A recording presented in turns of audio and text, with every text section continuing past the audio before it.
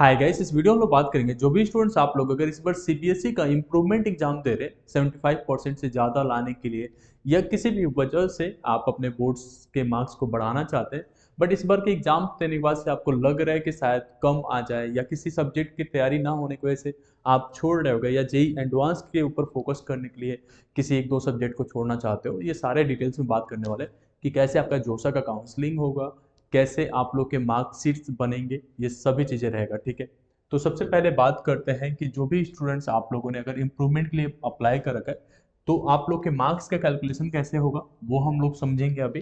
And then जोसा की counselling में 3 मार्कशीट कैसे यूज होगा, क्योंकि आप लोगों ने जब से ये होने लगा इम्प्रूवमेंट दो दो बार, तब से 3 मार्कशीट भी आ गया है। और क्या इम्प्रूवमेंट के लिए और भी चांसेस मिलेंगे वापस से, अगर हम इस बार इम्प्रूव नहीं कर पाते हैं तो उसके बारे में भी समझेंगे। और अगर एग्जाम्स के लिए अप्लाई किया है बट एब्सेंट हो जाते हैं तो क्या होता है, तो एक एक करके सब डिटेल्स में समझते हैं। सबसे पहले समझते हैं कि अगर एग्जाम्स में हम एब्सेंट होते हैं तो फिर क्या होगा। तो उस केस में आपका जो प्रीवियस वाला मार्कशीट होगा, लेट्स से कि आपने इम्प्रूवमेंट के लिए अप्लाई किया है 3 सब्जेक्ट के लिए या 4 या 5 में, या आपने जितने भी सब्जेक्ट्स के लिए अप्लाई किया है बट आप एग्जाम्स में बैठना ही नहीं चाहते इस बार, तो उस केसेस में क्या होगा, आपका जो पिछले साल वाला मार्कशीट है ना वो आपका वैलिड रहेगा और ये जो नया वाला मार्कशीट रहेगा इस पे ए बी करके आपके घर पे डिलीवर हो जाएगा, बट ये काम का नहीं रहेगा। तो आप में से काफ़ी स्टूडेंट्स के स्कूल वालों ने बता रखा है कि जो आपका प्रीवियस मार्कशीट है, जब आप इम्प्रूवमेंट अप्लाई करते हो तो इम्प्रूवमेंट वाला मार्कशीट फाइनल हो जाता है और ये नहीं रहता। तो ये गलत है, उनको इन्फॉर्मेशन नहीं था। इसके लिए सीबीएसई की तरफ से गाइडलाइंस आया था कोविड के टाइम पे, जो कि वही चीज़ को अभी भी टीचर्स बता देते हैं, वो चीज़ नहीं चल रहा है। कोविड के लिए केवल 1 साल के लिए आया था कि जो आप एग्जाम्स में बैठ रहे हो तो वही आपका फाइनल होगा। उस समय पे सिनेरियो ये था कि सबको पास कर दिया गया था, बट कुछ स्टूडेंट जो थे वो मार्क्स से सेटिस्फाई नहीं थे, वो वापस से एग्जाम देना चाहते थे। इवन जो टॉपर थे सीबीएसई के, उन्होंने भी वापस से पेपर दिया था, तो उनके भी मार्क्स थोड़े कम हो गए थे। वापस से एग्जाम देने के बाद से वही फाइनल हुआ था और केवल उस सिचुएशन के लिए था कि जब आपके नंबर बढ़ेंगे या घटेंगे वो आपका फाइनल रहेगा। बट अभी के इंप्रूवमेंट के केस में आपका प्रीवियस वाला मार्कशीट ही वैलिड रहेगा, वो आपके पास है भी और इसको यूज कर सकते हैं एब्सेंट होने की कंडीशन में।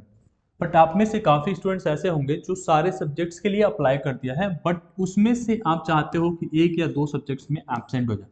तो उस केस में जो आपका इम्प्रूवमेंट वाला मार्कशीट था वो पूरी तरीके से इनवैलिड हो जाएगा, उससे आप यूज में नहीं ले सकते हो। ठीक है, तो आपको अगर सारे सब्जेक्ट्स के लिए इम्प्रूवमेंट के लिए अप्लाई किया है तो या तो सारे सब्जेक्ट्स के लिए एग्जाम्स दो या बिल्कुल ही छोड़ दो। ठीक है, तो ये कंडीशन रहता है। बाकी एक चीज को समझना है आप यहाँ पे, जैसे मान लो आपने ने 3 सब्जेक्ट्स का केवल अप्लाई किया था, तो 3 सब्जेक्ट के केस में अगर एक सब्जेक्ट में एब्सेंट हो जाते हो तो आप लोगों को 2 सब्जेक्ट्स में जो अपियर हुए थे उसके मार्क्स काउंट होंगे और यहाँ पे बेस्ट काउंट होता है। लेट से पिछले साल भी आपके पास एक पांचों सब्जेक्ट था और जो 3 सब्जेक्ट्स का आपने अप्लाई किया था उसका यहाँ से कंसिडर हो जाएगा, कंपेरिजन यहाँ से हो जाएगा। तो लेट से इसकी कंपेरिजन यहाँ पहले से हो गई, इसके दूसरे से, इसके तीसरे से, तो यहाँ पे एब्सेंट था तो ये वाला यहाँ से नहीं फाइनलाइज होगा, वो यहाँ से उठ जाएगा। लेकिन बाकी जो 2 सब्जेक्ट्स आप अपियर हुए थे वो यहाँ से फाइनलाइज हो जाता है। तो जो ओवरऑल आपको जो नया मार्कशीट आने वाला है वो तो यही वाला रहेगा जो है अभी एग्जाम दे रहे हो। उसमें 3 है तो 3 के आएंगे, 2 है तो 2 के आएंगे, आगे मैं दिखाऊंगा अभी। लेकिन आपको किसी भी पर्पस के लिए ये दोनों मार्कशीट को एक साथ ही यूज करना पड़ता है, प्रीवियस ईयर का, लेट्स से 2023 का और 2024 का। तो आपका जो पासिंग ईयर है वो तो आपको पता ही है 2023 रहेगा, क्योंकि उसी समय पास किए थे, इंप्रूवमेंट अभी जा रहा है तो। ठीक है, अब how marksheet will be available, marksheet आपके घर पे डिलीवर कर देता है सीबीएसई। अगर आप दिल्ली के स्टूडेंट है तो आपके एग्जाम सेंटर जहाँ पे हो रहा है अभी पेपर, वहां पे जाके मिल जाता है। ठीक है, अब देखते हैं आप लोग की मार्कशीट दिखता कैसा है। तो कुछ इस तरीके का इंप्रूवमेंट वाला मार्कशीट दिखेगा। तो जैसे अगर आप पूरी तरीके से एग्जाम्स दे रहे हो तो आपके पास कैंडिडेट का ये वाला मार्कशीट पहले से ही होगा। ठीक है, अब इसमें जितने भी परसेंटेज थे वो आपको लेके रखना है। अब इसमें हो सकता है कि आपको मैथ्स में आरटी लग गया हो, लेकिन 6 सब्जेक्ट की वजह से आप टोटल पास हो गए होंगे।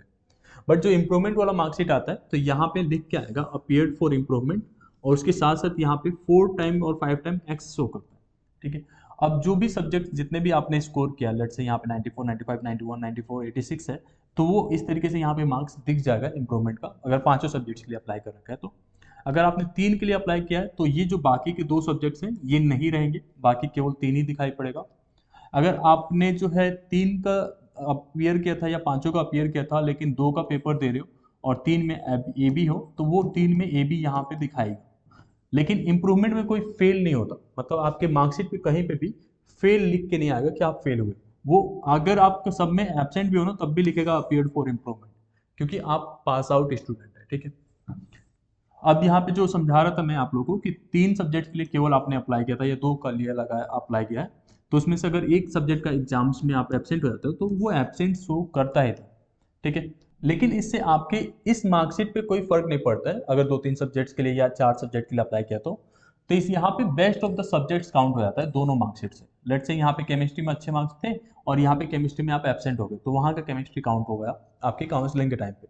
यही प्रोसीजर्स होता है और यहाँ पे किसी को बताना नहीं पड़ता है। जब आप अपने परसेंटेज कैलकुलेट करोगे तो आपके बेस्ट सब्जेक्ट्स को उठा के यहाँ पे लिस्ट डाउन करोगे एक पेपर पे, एंड देन आपकी जो भी परसेंटेज है वो सब ऐड करोगे। 500 में से जो भी आ रहा है वो आउट ऑफ 500 जो भी चलेगा, तो लेट्स से कि 500 में से 500 आ गए, आप 100% पास हो गए 100% मार्क्स के साथ, ठीक है। मतलब ऐसा होगा नहीं, मैंने आपको पहले ही बता रखा है कि अगर आप सारे सब्जेक्ट के लिए इम्प्रूवमेंट अप्लाई करते हो तो दोनों में से कोई एक ही मार्कशीट वैलिड होता है। तो उस केसेस में आप एब्सेंट हो गए तो इस मार्कशीट का कोई मतलब नहीं रह जाएगा, फिर आपको प्रीवियस मार्कशीट के थ्रू ही जो भी कॉलेज मिलता है उससे आपको लेना पड़ेगा, ठीक। तो अगर आपके 75% नहीं भी बन पाते किसी भी वजह से, तो आप लोग के लिए स्टेट गवर्नमेंट के बहुत सारे कॉलेजेस अवेलेबल होते हैं, बहुत अच्छे रहते हैं और उसके लेवल्स भी एनआईटी से ज़्यादा है, तो वो हम अपने काउंसलिंग वाले चैनल पे अपडेट कर देंगे उसके बारे में। आप काउंसलिंग वाले चैनल को सब्सक्राइब कर सकते हो, वहाँ से आप लोग को बाकी की डिटेल्स जो है कैसे काउंसलिंग में आपको पार्टिसिपेट करना है वो सब वहाँ से मिल जाएगा, ठीक है। अब समझते हैं कि मार्क्स का कैलकुलेशन कैसे होगा, मतलब स्टेप बाय स्टेप समझा देता हूँ। अगर आपके सारे सब्जेक्ट्स के लिए अप्लाई कर रखा है तो मार्क्स का कैलकुलेशन तो बहुत आसान है। आपका जो भी मार्कशीट इस समय बनेगा उसमें से आउट ऑफ जो भी रहेगा वो आपको कंसीडर कर लेना। लेकिन अगर आपने 4 सब्जेक्ट्स के लिए अप्लाई किया है या 3 के लिए या 2 के लिए या 1 के लिए और उसमें से एक में फेल हो जाते हो या एब्सेंट हो जाते हो, तो उस केसेस में क्या होगा, उस सब्जेक्ट को पीछे से वाले मार्कशीट से उठाओगे। तो ये वाला आपका पीछे वाला मार्कशीट था, तो यहाँ पे इसमें क्रॉस लग गया तो ये वाला मार्कशीट यहाँ से, ये वाला सब्जेक्ट का मार्क्स यहाँ से उठ जाएगा, या कम नंबर आ गया तो भी यहाँ से उठ जाएगा। लेकिन ये उन कंडीशन में होता है जहाँ पे आप 3 के लिए अप्लाई करते हो, 4 के लिए या 2 के लिए या 1 के लिए। अब यहाँ पे अगर सभी सब्जेक्ट्स में आप पास हो जाते हो, लेट्स से कि ये आपके पास था जो सारे सब्जेक्ट्स के लिए अप्लाई किया था लेकिन सारे में पास हो, बट पहले वाले से मार्क्स कम आ गए, तब क्या करना है, तो पहले वाला मार्कशीट आपका वैलिड रहेगा। इनकेस अगर आपने 4 सब्जेक्ट्स के लिए ही अप्लाई किया और चारों में नंबर कम आ गए, ठीक है, तो उस केस में भी प्रीवियस वाला मार्कशीट वैलिड रहेगा। लेट से केवल 2 ही में आपके मार्क्स बढ़े हैं बाकी 2 में घट गए, तो उस केस में भी प्रीवियस के 2 सब्जेक्ट के मार्क्स ऐड हो जाएंगे, यहाँ के 2 सब्जेक्ट के मार्क्स ऐड होंगे और फिर आएगा। लेकिन कंबाइंड सीबीएसई मार्कशीट नहीं देता, इस बार का जो भी परफॉर्मेंस रहेगा उसका ग्रेडिंग तो बनेगा। तो इस बार जो भी परफॉर्मेंस आप करोगे वो एक नए मार्कशीट में बन के आएगा, एब्सेंट हो तो एब्सेंट और पास हो तो पास, ठीक है। मैं बातें रिपीट कर रहा हूँ बट आपको समझाने के लिए, ठीक है। अब आप में से कुछ स्टूडेंट्स के साथ ये डाउट था कि हमारा जो है जोसा की काउंसलिंग में 3 मार्कशीट कैसे अपलोड होगा। तो उसमें जो है पहले क्या होता था कि पीडीएफ फॉर्मेट में तो आपके सारे डॉक्यूमेंट्स काउंसलिंग के टाइम पे अपलोड होते हैं। जो हम लोगों ने लास्ट टाइम काउंसलिंग किया था उस समय सारी चीज़ें ऐसे ही हुआ था, जो इंप्रूवमेंट स्टूडेंट थे या नॉर्मल स्टूडेंट थे सबके लिए काउंसलिंग ऐसी होती है। तो आपको पीडीएफ फॉर्मेट में आपकी मार्कशीट अपलोड करने होते हैं। बट जो स्टूडेंट्स इंप्रूवमेंट में अप्लाई करते हैं उनका जो पीडीएफ बनता है वो 2 पेजेस का बनता है, मतलब एक जो है मेन मार्कशीट एंड देन एक इंप्रूवमेंट।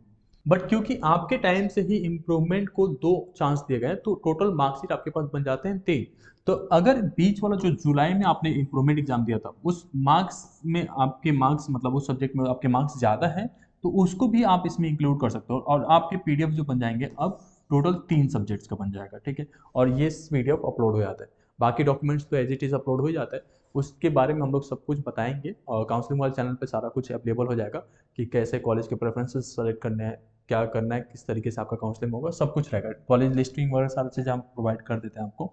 आप में से बहुत सारे स्टूडेंट्स के ये डाउट थे कि अगर इस बार का इंप्रूवमेंट एग्जाम्स में मेरे नंबर कम आ जाते हैं या इंप्रूव नहीं होगा तो क्या मैं एक और चांस मिल सकता है इंप्रूवमेंट एग्जाम देने के लिए। तो अब आप लोग के लिए कोई चांस नहीं मिलेगा सीबीएसई की तरफ से, एंड इवन आप लोग को जो है दूसरे चांसेस के लिए सोचना भी नहीं चाहिए। जो भी रहेगा अगर इंप्रूव नहीं हो पाता है परसेंटेज तो आप अपने जो प्रीवियस मार्कशीट था उस बेसिस पे ही कॉलेज में एडमिशन ले लेना, साल ज़्यादा वेस्ट करने से फ़ायदा नहीं होता। बाकी आगे की प्रोसेस बहुत ही स्मूथली चलता है, ठीक है। तो इम्प्रूवमेंट के लिए कोई चांस नहीं मिलता। इवन आप एनआईएस एक अवेलेबल ऑप्शंस रहता है जिससे हम लोग इम्प्रूवमेंट करा देते हैं बच्चों के, या वहाँ से वापस से एग्जाम्स हो जाते हैं। बट वो भी आप लोग के लिए मैं सजेस्ट नहीं करूँगा, क्योंकि इसमें भी साल वेस्टेज होने के चांसेस हो जाते हैं, ठीक है।